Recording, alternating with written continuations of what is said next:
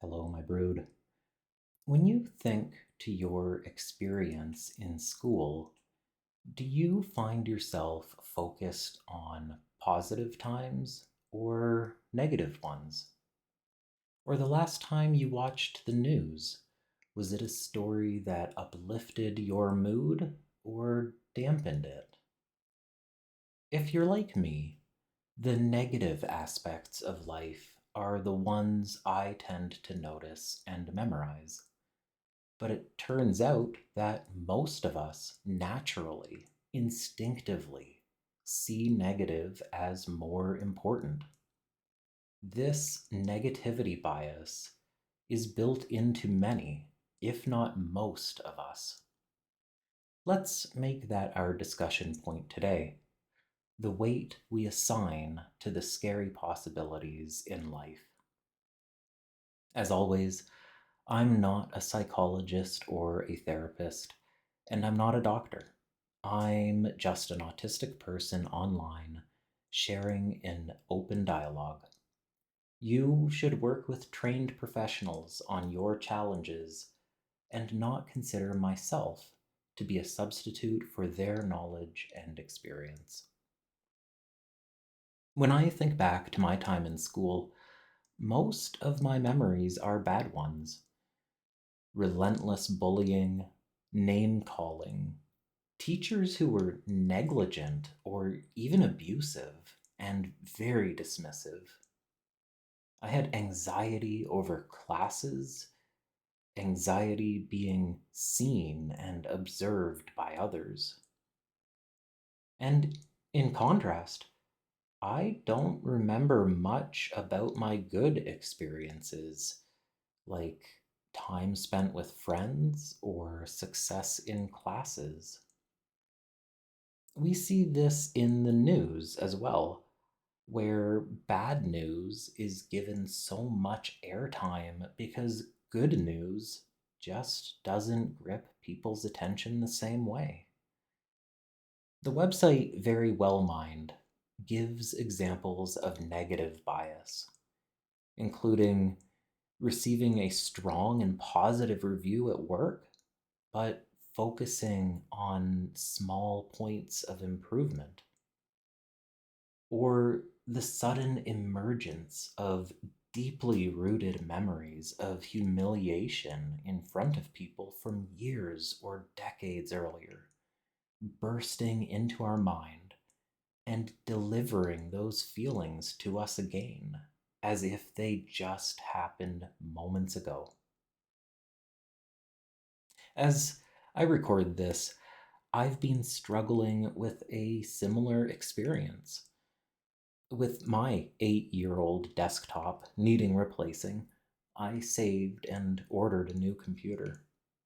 On arrival, the system performed an update and promptly became entirely unusable. Even though I know that the warranty and support exists for a reason, all I can focus on is the negative possibility, despite fully understanding this is not the life changing feeling that my brain is indicating. Our draw to the negative is likely a result of evolution. As we touched on back in video 3, organisms which prove to be more survivable are ones that are more likely to produce offspring, this furthering their genetic tendencies. With us humans being so dependent on society, whether it be for our food, construction materials, access to the internet, providing transportation, or any other service, our survival and thriving often depends on a larger community. The desire to feel connected and accepted by people is an evolutionary strength to give us a stronger chance at surviving by gaining access to a greater variety of resources and information. Similarly, fears over the consequences of the physical world deeply infiltrate our thoughts. Seeing in the forecast that a bad storm is predicted gives us a chance to prepare meals early without electricity to cook it with. And to our ancient ancestors, tens of thousands of years ago, hearing that a growth of a poisonous plant is spreading near the bluffs at the lake communicates a need to adjust plans and collect water and fish elsewhere while avoiding exposure to something that might have prevented them from gathering important necessities in the days to come. Talking about the benefits of these evolutionary tendencies, though, doesn't clear up what happens when we both do survive and also struggle with social experiences and have deep fears in the real world. For myself, repeated experiences of being misunderstood, people attaching layers of fictitious meaning to my literal wording, or assumptions being made about me that didn't have a basis in reality, have left me with a lot of anxiety over social situations. I may spend an inordinate amount of time sending an email due to rereading it to try to anticipate the tone or meaning the recipients will interpret. After a conversation, I might think back through facial expressions, vocal tones, and sentence structures to try to make sure I understand what everything meant and how everyone felt. Or when I know a conversation is coming, I may spend anywhere from hours to months preparing for that exchange, carefully creating structure that eliminates any sense of aggression or ambiguity. And in the real world, I spend enormous amounts of time worrying about my physical health. A bit of tension in my upper body has me worried about my heart, or some pain in my back has me thinking about my kidneys. A headache sends me into instant worries about any kind of potential for damage to my brain. Looking towards the news, if I happen to be exposed to certain content, I may spend months or years in daily anxiety over it. These real world experiences are ones that often translate into what if thoughts. What if something is wrong with my body? What if this real world event happens? These ruminations are something I began simply referring to as spirals. And although this term is common in the mental health world, for me, I personally borrow the term from aviation. Although being in a plane and spiraling downwards toward the ground is an obviously dangerous situation to be in, the spirals in our minds tend to be less so apparent.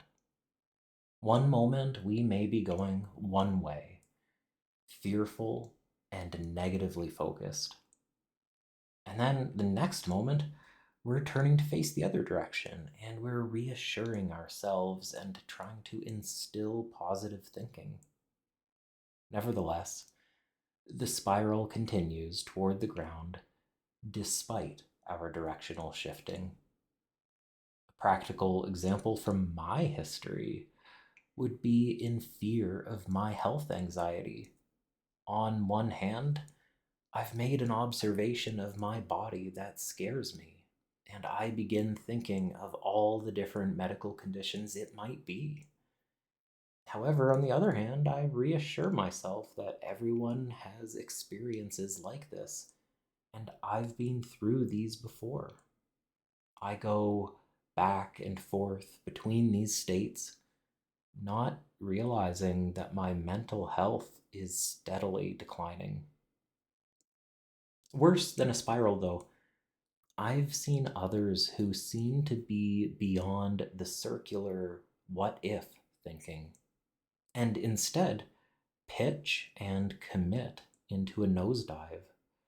For these people, they've accepted something as unavoidable truth, despite the reality rarely being so grim.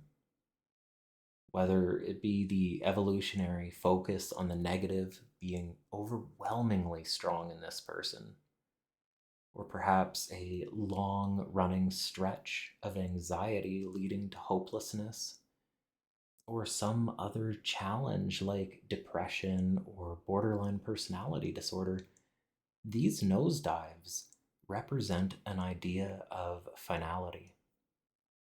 Of course, many recommendations exist to try to alleviate these feelings. Things like getting exercise, focusing on times when it has been good in the past, or doing distracting and good things instead. And of course, many of us have tried these things and not felt the improvement as strongly as we may have been promised, if at all. For those of us with neurodivergent needs, finding our own ways to pull ourselves out of the spiral is important. For me, engaging with or talking about my special interest, using fidget toys and healthy stimming techniques, providing myself with sensory relief in a dark room, or having some parallel playtime with a friend. These methods are ones that help me to move through my anxious feelings and get to a healthier place. And of course, you may find or already have identified other healthy mechanisms that help you move through these anxious feelings as well. But there are more videos and resources and websites than I could even begin to name online to help you find these methods. This discussion isn't about those, although I would love to see your experiences and methods in the comments. Maybe they'll help others. Instead, today's topic is about recognizing that your anxious thoughts, your ruminative tendencies, and your fearful spirals are not something that is necessarily inherently wrong with you. The power of focused negativity to the survival of any species is significant. And you may be a person who is genetically predisposed or has been conditioned into assigning a higher than average weight to these feelings. You are not faulty, and it is okay to seek help, reassurance, and guidance on your journey to better mental health. It is okay to learn about yourself and why your brain and body respond so strongly to scary experiences. And you are allowed to find a path forward through the bad times. We are the autistics brooding, but together we are the autistic brood, and we'll move forward through these experiences.